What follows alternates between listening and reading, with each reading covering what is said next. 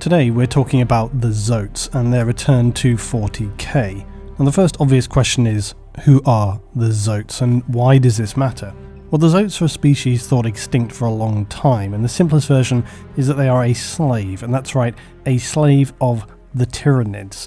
As interesting as this is, and I will talk about their background, the more interesting aspect of this for me is that it only adds to my continued position that everything, no matter what period of the lore it exists in, remains, for want of a better word, canon. Or to put it another way, everything is canon in 40k because that concept is not really something that has much weight in 40k, or in my opinion anyway, not as much as it does with other verses. And I'll talk a little bit about that and why it matters after we deal with the Zoats.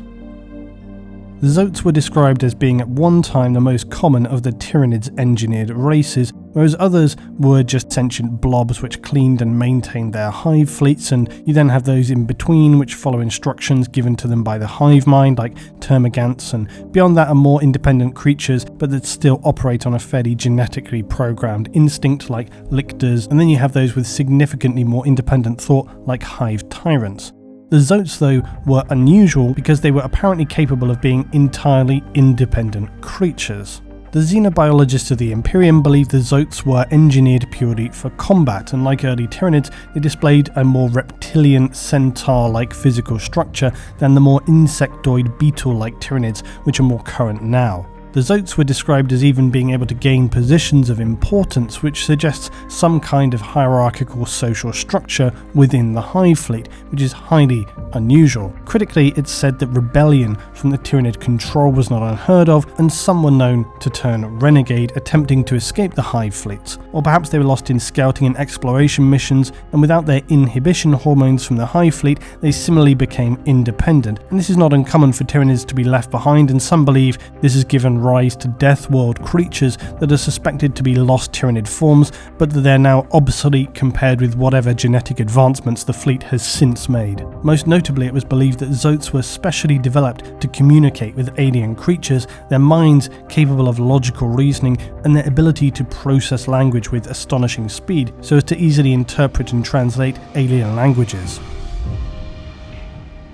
But the reasoning for all this was bizarrely so that they could act as ambassadors for the Tyranids, which is a concept clearly very short-lived, if indeed it ever really existed. However, it is worth noting that there is evidence of Tyranid incursions into the galaxy long before the devastating invasions of the more commonly known fleets of Kraken and Behemoth.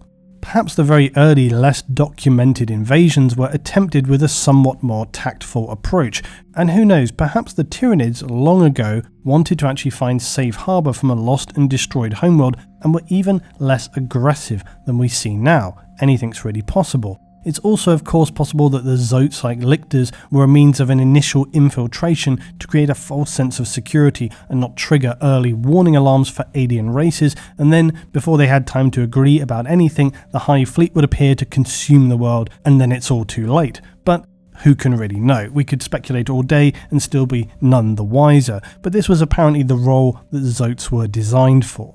Despite this more diplomatic role, Zoats are still monstrous centaur-like creatures with armoured exteriors exhibiting immense alien strength and the ability to carry weapons, as do Tyranid warriors. One strange aspect of the Zoat is that unlike other Tyranid forms, they are apparently unable to breathe every atmosphere, which is quite a disadvantage and a reason why they're seen to carry some form of artificial breathing apparatus.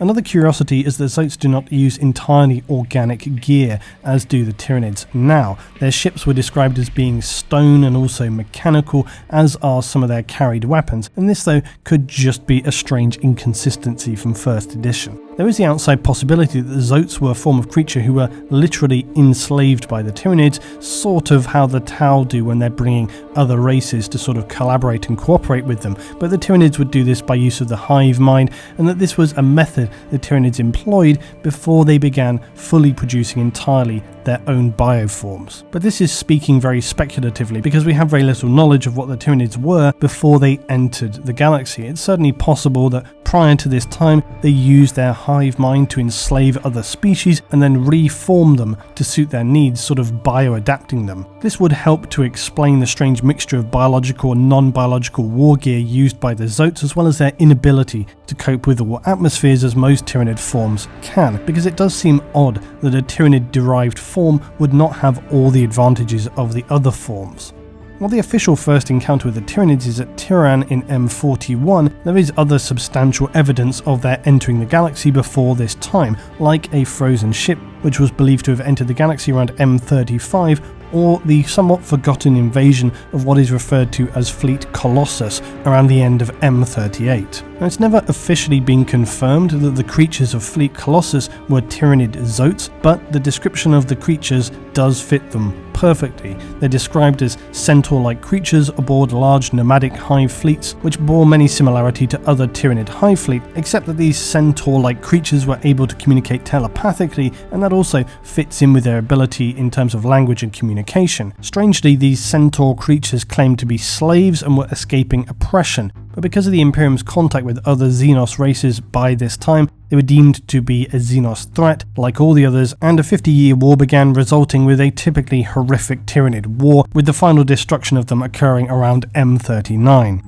The Zoats, though, do not appear in later hive fleets, and this can be attributed to the Tyranids' habit to continually evolve and discard forms which do not perform well for their needs. The Zoats' excessive independence seems to be a very likely prime reason as to why they would be discarded and no longer produced by the Norn queens of the hive fleet. Now, whatever true purpose they held, it's likely this will never be known. However, they are an unusual oddity when it comes to Tyranid forms, because they're seemingly able to operate as sentient beings at an individual level and not necessarily be immediately hostile, which is something almost unknown with Tyranid forms. Now, quite excitingly, we've recently learned that the Zoats will be returning firstly to the Blackstone Fortress game, although it's kind of an interesting choice because they were never particularly popular. That's why they never continued beyond 2nd edition of the game. But as interesting as this is, Zoats are not listed as returning in any major way for Tyranid armies. However, this is not the key point of interest for me. What are the wider implications of their return, even in a small fashion? Now, I think the first thing is that some people might be worried that this is going to compromise the Tyranids' lore, or their background, or their history, or what it means for them as a race. I really don't think it's going to have major implications here, because what we have here is yet another piece of ancient lore, which was basically primarily established in the very first 40k text of Rogue Trader many decades ago, but it was then extinguished during the culling of details between 1st and 2nd edition of 40k.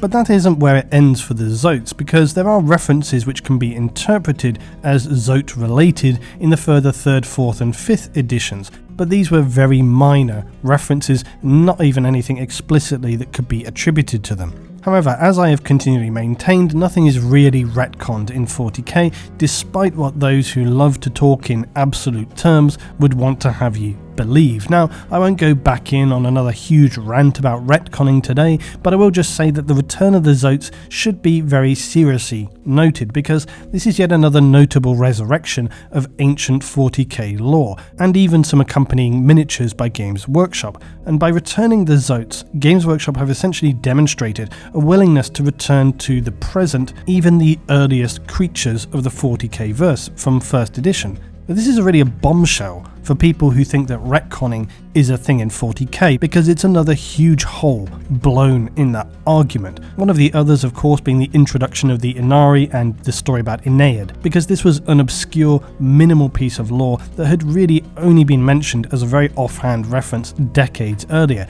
and then it has become this expansive piece for the modern narrative of 40k, and it really is a huge part of the framework of the ongoing story in the galaxy. And then now, with the return of the Zoats as well, it really puts a sledgehammer through the argument that if a piece of lore reference hasn't been spoken about in a long time, that it must no longer be relevant. That argument just doesn't stand up anymore. Games Workshop have basically killed it dead. I actually think that's quite exciting from a lore perspective, because it means that within the scope of reasonable, logical rationalization, any lore details that we could have taken as being long since dead are now actually open to being brought back, which means we can kind of talk about them as possibilities seriously. They can be woven, if you will, into the current timeline and narratives of the 42nd millennium.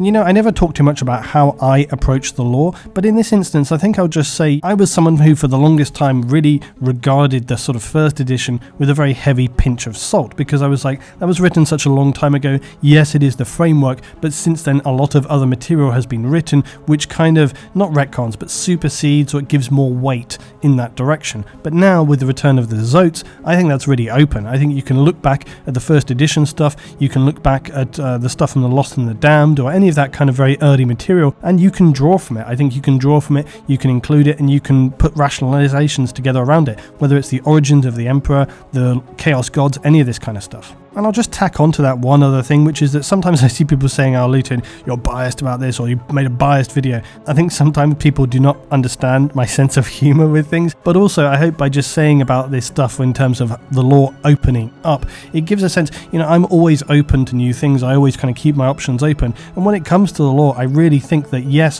while I may have an opinion about where I think something is more likely to have happened, or as I say, unless you can find some evidence which points something very heavily in a different direction, then you just go with the most logical reasoning, and that's where I always try to come to. It's not really about kind of how I feel, it's much more about the kind of logical perspective of, okay, how does this all fit together? And again, I won't drag us over the explicit details, but multiple Games Workshop authors, senior staff have been quoted as saying that the concept of things being canon and retcon is basically not a thing in 40k. And that understandably grates on some people who like to have things all neat and squared away because it's likely easier for arguing threads and comment sections. But I've always thought that in the verse of 40k, that really made little sense, far less sense than in other fictional verses, because this is mainly a core feature of the 40k narrative, this lack of established record keeping, continual campaigns of censorship in the Imperium, huge amounts of bias in securing facts and details, not to mention the possibility of some events just being illusory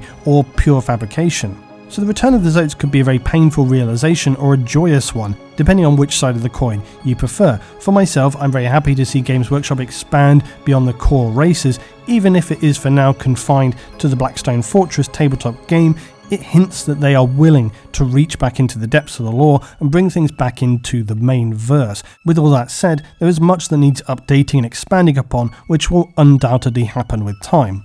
I'll just say again for myself, what I'm always most interested in 40k is kind of the story and the narrative and how it can sometimes be told from one person's biased opinion and another person's biased opinion. You could be being told by a demon, or you could be being told by an imperial citizen. You could be being told by somebody who's worshipping, or you could be being told by a Tau or an Orc or an Eldar. You know, all of these different opinions. And you know what they say, history is always written by the victors. If we look back at our own human history, often it is skewed and distorted based on opinions or how people want to frame things, and that's really how it goes in 40k as well, which is why you'll sometimes find me making a video where I'm championing the Emperor and making him seem like this godlike entity, because when I'm wanting to think about that specific part of the narrative, that's how I'm imagining that framework. But then, you know, you can flip it, and then on another day you're thinking about the Emperor and how he's a total hypocrite and a warmonger, and maybe all of this stuff is negative and perhaps even chaos is a good thing. That's what's really amazing about 40k and the lore. So, you know, maybe I need to make a video at some point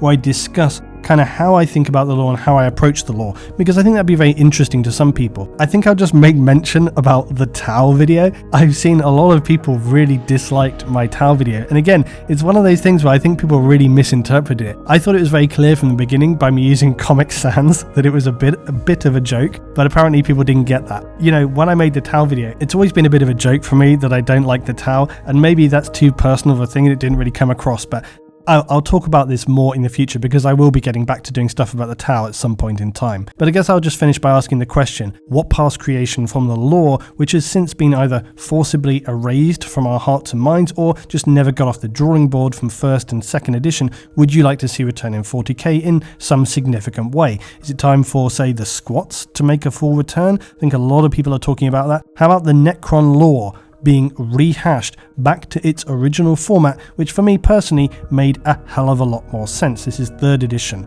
Or perhaps something more obscure. I know many of you were very enthusiastic about the prospect of carnivorous sand clams, and maybe we can see hazardous environments return as well. It's all good food for thought. So please tell me your thoughts today, guys, about the origins of the Zoats and all of this below. Maybe we'll continue it on, and I should probably dig down onto this a little bit more later along the line. So as always, I'll say thank you very much indeed for watching, drop a like if you enjoyed, and I will see you in the next one.